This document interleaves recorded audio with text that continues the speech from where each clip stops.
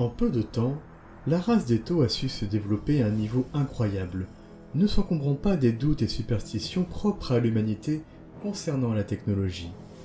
Assimilant les systèmes de leur secteur, ils intégrèrent ces derniers non pas uniquement par la force brute, mais surtout par la promesse d'un avenir meilleur. Tous les peuples de la galaxie œuvrant de concert pour le bien de tous. Nul n'est refusé au sein de l'Empire Tau, tant que son engagement à son idéologie bienveillante est guidé par l'honnêteté. Intégrer l'Empire Tau, c'est se mettre au service d'une cause juste, plus grande que soi-même. C'est œuvrer pour instaurer une ère de paix pour tous les êtres vivants. C'est bénéficier des incroyables progrès sociaux et médicaux de ce peuple avant-gardiste, toujours en quête de perfectionner ses outils. C'est faire partie de la plus grande alliance interxénos de l'univers. C'est partager votre propre culture et découvrir celle des autres. Nul n'est supérieur, tous œuvrent au nom d'une seule grande idéologie fédératrice. Au nom du Tova, le bien suprême, la grande idéologie guidant la moindre de vos pensées et actions, la boussole de lumière dans une ère de ténèbres. C'est sans doute par ces mots, remaniés avec bien plus de lyrisme et de prouesse oratrice, qu'un des nombreux diplomates Tau, faisant partie de la doucereuse caste de l'eau, vous présenterait son empire. Sans nul doute, dans un univers aussi sombre, une telle rencontre ferait figure d'oasis accueillante à laquelle se ressourcer et peut-être, enfin, ressentir un peu de paix. Mais il y a bien une chose de sûre dans l'univers de Warhammer 40 000. Si quelque chose semble trop beau pour être vrai, c'est bien le cas. Aujourd'hui, je vais vous parler de l'Empire Tau, de son idéologie du Tova et de son emprise sur son propre peuple. En tant que Tau, vous venez au monde au sein de l'une des castes composant la société. La caste de l'eau, regroupant les bureaucrates, poéticiens et diplomates. La caste de la terre, regroupant les ingénieurs, artisans et ouvriers. La caste de l'air, regroupant les pilotes et personnels de flotte. Et la caste de feu, regroupant les guerriers.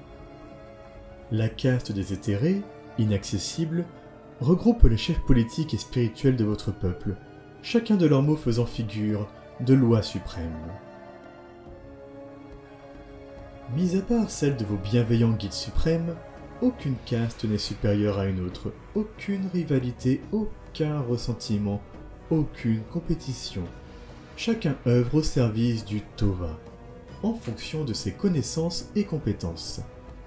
Au sein de votre caste, vous trouverez aussi, comme tout à chacun, votre juste place, ainsi qu'une grande famille dans laquelle chacun s'entraide.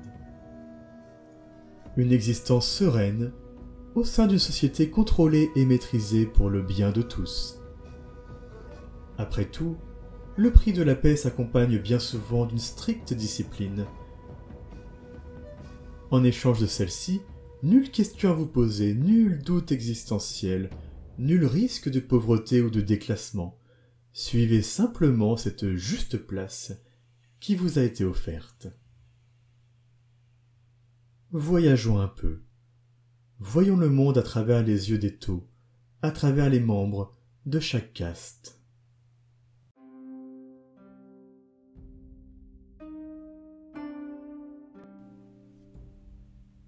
Au sein du vaisseau de classe Manta stationné, derrière la relative sécurité du champ de force de la baie de commandement, vous observez les terres marécageuses de Manta Primo, un monde impérial qui, en dehors des grandes cités ruches, se révèle particulièrement inhospitalier. À vos côtés, quelques membres de la caste de feu forment votre escorte bien que celle-ci n'aura que peu d'utilité. La plus belle arme ici, bien plus que le fusil à impulsion, est votre propre voix. En orbite, le reste de votre flotte monte la garde, au cas où les éléments les plus barbares et irrationnels de l'humanité, nommés Astartes ou Ecclésiarchie, ne viennent saboter votre pacifique mission diplomatique. Dans votre fine robe de soie brodée de discrets mais élégants glyphes dorés, vous faites face à la double porte arrondie devant vous. Lorsque celle-ci s'ouvre, la délégation humaine se révèle. Un homme rondelet, en tenue d'apparat quelque peu vulgaire, flanqué de plusieurs austères gardes. Son œil augmentique, grossier, semble faire la mise au point sur votre silhouette.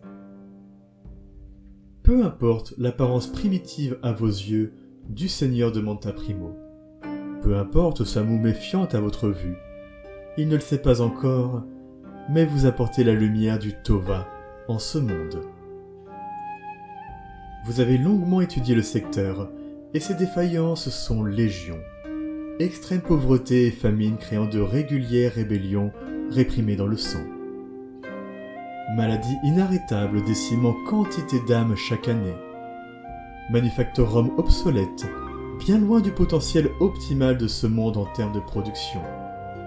Des aberrations pour une espèce se disant évoluée. À tout cela, votre empire peut répondre. Les premiers accords commerciaux mèneront aux premiers partenariats, puis aux premières mises sous tutelle, dans un souci, bien sûr, d'efficacité, puis au développement de l'idée du bien suprême dans le cœur de la population, bien heureuse de trouver chez vous la douceur et la bienveillance faisant défaut au barbare impérium.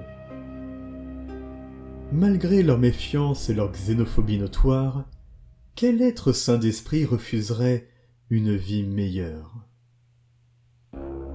Quant à ce rustre, engoncé dans son vulgaire costume plein de suffisance, l'attrait du pouvoir et du profit seront amplement suffisants pour le faire adhérer à votre cause, le temps que votre influence s'épanouisse et ne le rende obsolète en temps et en heure. L'Empire Tau a tout son temps. Docilement, ce monde rejoindra votre lumière et s'épanouira pour le bien de tous. Cela prendra sans doute plusieurs décennies. Peut-être, vu votre espérance de vie, ne verrez-vous pas cela de votre vivant. Mais peu importe, vous aurez planté la graine du Tova. Et lorsque celle-ci fleurira, l'odieuse et primitive pensée humaine aura disparu. Car la supériorité du Tova ne saurait souffrir la comparaison. Lui seul est digne de prospérer. Et de votre vivant, chacun de vos mots s'emploiera à cette vérité.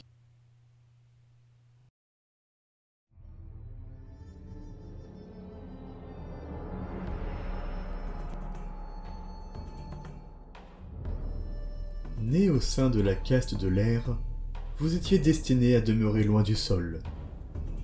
Depuis votre entraînement et votre première affectation sur des vols de livraison, chaque vaisseau dont vous avez fait partie est devenu le centre de votre univers. Chaque membre de l'équipage agit de concert au bon fonctionnement de l'appareil, à l'image des cellules au sein d'un corps. Des simples livraisons sur une même planète, vous êtes passé aux vols commerciaux entre divers secteurs, puis aux premières missions de maintien de l'ordre aérien, jusqu'à des engagements plus importants, des escortes aux pacifications de mondes refusant la voie des sages.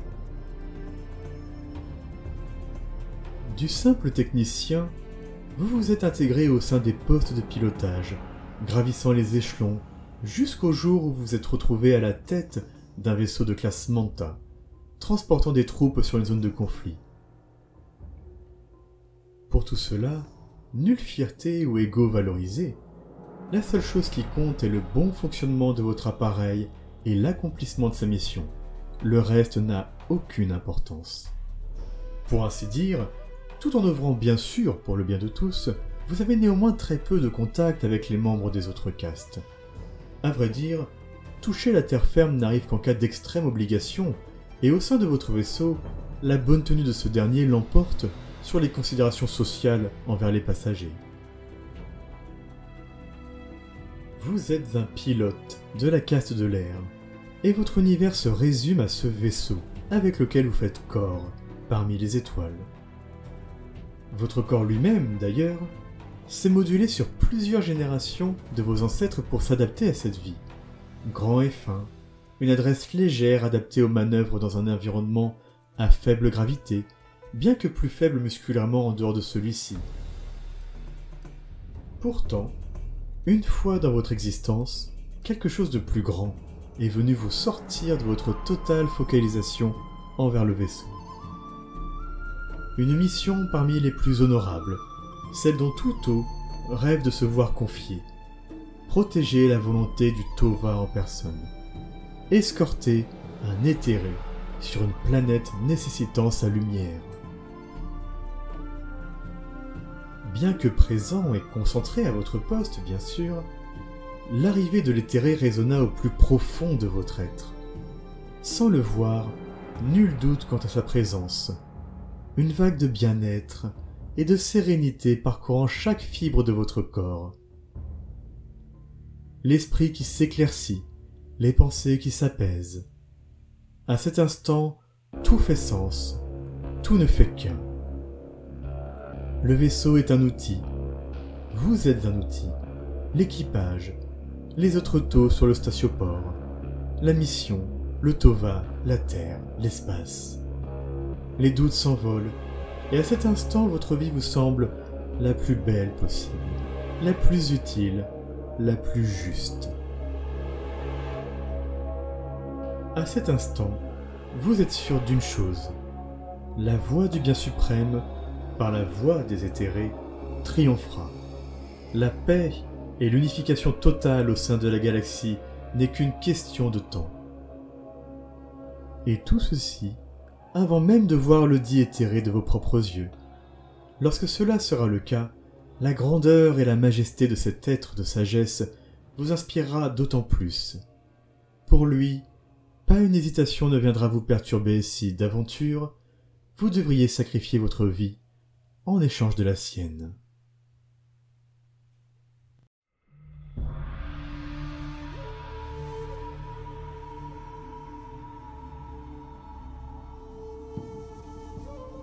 La durée de vie d'un Tau ne dépasse pas les 40 ans. Aussi, il est habituel d'œuvrer en sachant que le fruit de ses efforts ne se récoltera que bien plus tard, pour les générations suivantes. Cela est juste, et s'ancre à la perfection dans ce modèle de société où tout à chacun œuvre pour un but plus grand que les individualités. Pourtant, vous n'êtes pas dénué d'émotions, et il est normal de ressentir des sentiments d'accomplissement, voire de fierté, devant un travail bien réalisé. Au sein de la caste de la Terre, vous avez travaillé durant près de la moitié de votre existence sur la fabrication des moteurs Warp. Avec les plans et appareils récupérés par la caste du Feu, vous avez eu tous les éléments nécessaires à votre recherche. Percez le mystère de ce mode de déplacement rendant les humains si redoutables, malgré leur savoir globalement primitif. Cette technologie, une fois maîtrisée, multipliera la vitesse des voyages stellaires de votre peuple à un niveau difficilement imaginable. C'est pourquoi, c'est non sans fierté que vous avez présenté le résultat de vos recherches à vos supérieurs. Des jours et des nuits à démonter, expérimenter, observer, analyser, remonter, transformer, comprendre, refaire, encore et encore, jusqu'à arriver à votre propre moteur Warp fonctionnel, un bijou de technologie, reprenant les éléments importants de l'humanité tout en les magnifiant de votre patte scientifique. Quelques décennies pour arriver à cet incroyable résultat. Avec de la chance, peut-être verrez-vous le bout de votre projet. Dans le cas contraire, les générations suivantes n'auront pas besoin de grand-chose pour finaliser. Juste quelques tests et recalibrages et... Une autre émotion prend le pas. L'inquiétude. Devant vos résultats, les félicitations pleuvent. Des discours aux envolées lyriques sont prononcés. Des fêtes sont organisées en l'honneur de cette incroyable avancée technologique. Et les éthérés décident alors, dès à présent, d'installer ces nouveaux moteurs à une nouvelle flotte d'expansion. Vous n'osez protester. Tout au plus vous ajoutez quelques remarques sur quelques tests complémentaires indispensables, mais les éthérés, dans leur indiscutable sagesse, ont tranché. Vous êtes le visage d'une nouvelle ère technologique des Tau. Votre nom sera célébré. Ne craignez pas votre propre création, car elle est née pour apporter la lumière du Tova à travers les étoiles. Il n'y a pas de temps à perdre. C'est beaucoup trop rapide, vous le pressentez. Mais qui êtes-vous, simple ingénieur, pour prétendre comprendre la complexe pensée de vos dirigeants? Le jour du lancement de la 4e sphère d'expansion, vous poursuiviez vos analyses sur les moteurs Warp. Peu importe les festivités, le départ en grande pompe, vous ne pouviez pas vous ôter l'idée que tout cela était malgré tout précipité. Bien plus tard, plus personne n'entendit parler de la 4e sphère d'expansion. Les vaisseaux ne donnèrent plus signe de vie après leur départ. D'un commun accord, chacun avait décidé d'effacer ce souvenir de sa mémoire. Personne ne savait ce qu'il était advenu après le premier voyage Warp inaugural. Personne ne demanda. Puis une délégation fut envoyée par les éthérés. Des membres de la caste de l'eau, accompagnés de guerriers, vinrent à vous. Toutes vos recherches furent confisquées. Toutes les notes, appareils, tout ce qui de près ou de loin concernait les moteurs Warp. Pas un mot, pas une explication. Oubliez les moteurs Warp. Ces recherches n'existent pas. Vos décennies de travail n'ont jamais existé. Voici un nouveau projet de fusée à impulsion. Veuillez le commencer dans les plus brefs délais. Oubliez ces décennies de vie. Oubliez vos réflexions et pensées. Oubliez vos découvertes. Oubliez chaque moment. L'Empire est passé à autre chose. Au nom du Tova, suivez cette volonté.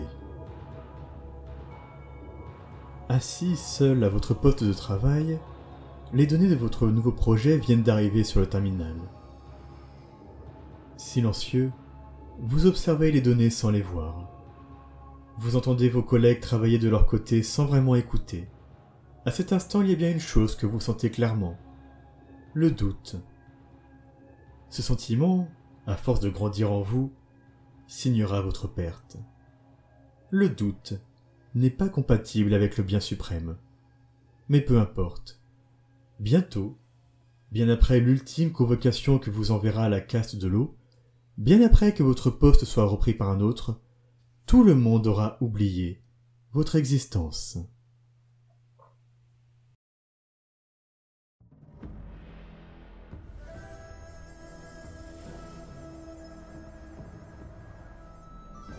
Au sein de la caste du feu, vous êtes le bras armé du Tova.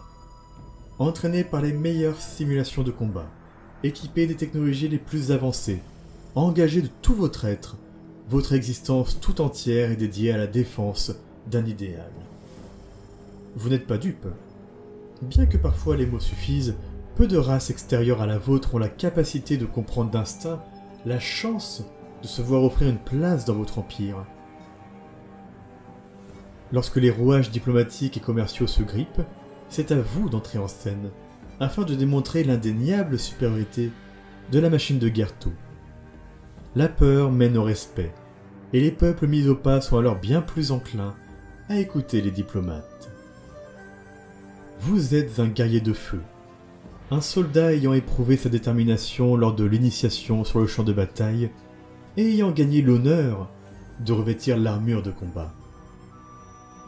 Ce ne sont pas tant vos capacités physiques individuelles qui font de vous un adversaire redoutable, ce ne sont pas non plus vos armes avancées, ni même votre sens de la stratégie. Ce qui fait votre force vient du Talisera. Plus qu'un rituel de sang, il s'agit d'un engagement solennel, d'une promesse scellée entre vous et les membres de votre escouade. Avec ce dernier, tout en faisant partie des rouages de l'Empire Tau, vous faites partie d'un autre système, d'une autre famille, votre propre escouade. Liés les uns aux autres, prêts à vous entraider sans poser de questions, prêts à mourir pour le bien de l'escouade et de la mission. Ce lien, bien plus que la lumière des éthérés, sera votre principale étincelle de réconfort au sein d'une galaxie où les horreurs atteignent un niveau que vous n'aviez jamais imaginé. Les soldats de l'Imperium, malgré leur nombre écrasant, ne faisaient que vous opposer une résistance moyenne, avec leur technologie somme toute primitive. Néanmoins, l'humanité ne tarda pas à vous opposer toute sa puissance. Les Astartes, ou Space Marines, des géants enjoncés dans des armures de céramique, maniant d'énormes armes barbares, fauchant les vôtres avec un sang-froid impitoyable. L'Adeptas Sororitas, des guerrières fanatiques prêtes à brûler avec vous et faisant preuve de pouvoir incompréhensible, même pour elles-mêmes. Et tout ceci n'est qu'un aperçu de la puissance de l'Imperium. Et il y a les autres, les Aeldari, l'un des rares peuples parfaitement compatibles avec votre idéal, se révéla noirci par l'existence d'un cousin bien plus sombre, les Drukhari. Lorsque ceux-ci vous tombèrent dessus, ce fut un déchaînement d'horreur qui vous submergea. De sadiques gladiateurs virevoltant au sein des vôtres, se délectant de la moindre souffrance. Des monstres torturés issus de cauchemars, dépassant de loin ce que votre esprit pourrait concevoir. Des cauchemars dont la galaxie est remplie. Des nécrons aux dessins mystérieux et à la technologie surpassant la vôtre en tout point. Aux tyrannies de plus inarrêtables que les orques, en passant par les forces du chaos. Des créatures aberrantes dont vous peinez à comprendre l'existence, car leur existence elle-même est niée par les éthérés. Ils ne vous avaient pas préparé à cela. Vous n'êtes pas une force inévitable destinée à répandre le bien suprême au sein de la galaxie. La galaxie n'a pas besoin de vous. Vous n'êtes rien. Un simple soldat d'un empire utopiste. Un rouage d'une machine autosatisfaite. Au cœur des champs de bataille, lorsque la présence des éthérés s'éloigne, le doute vous assaille. Vous réalisez que la réalité n'a rien à voir avec les beaux discours. C'est bien plus sombre, meurtrier, froid. Le Tova n'est qu'une vague flamme au milieu d'un tsunami, dérisoire.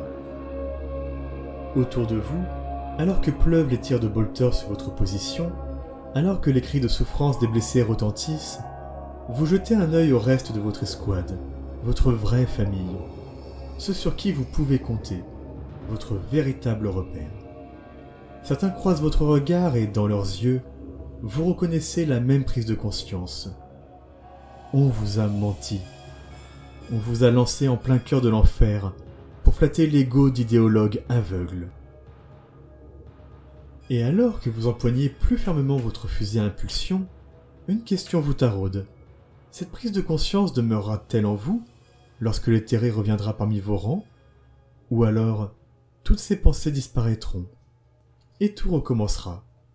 Votre conviction ressuscitée, les horreurs de la guerre, vos doutes, la prise de conscience, puis l'oubli, encore et encore.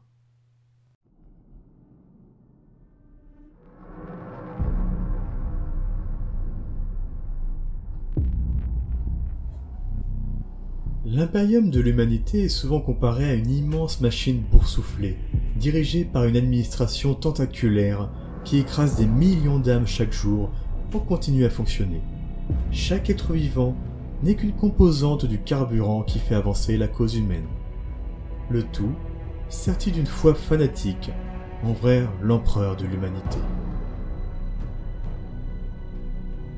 Mais si on retire son vernis de douceur et de bienveillance, en quoi l'Empire Tau diffère de cela?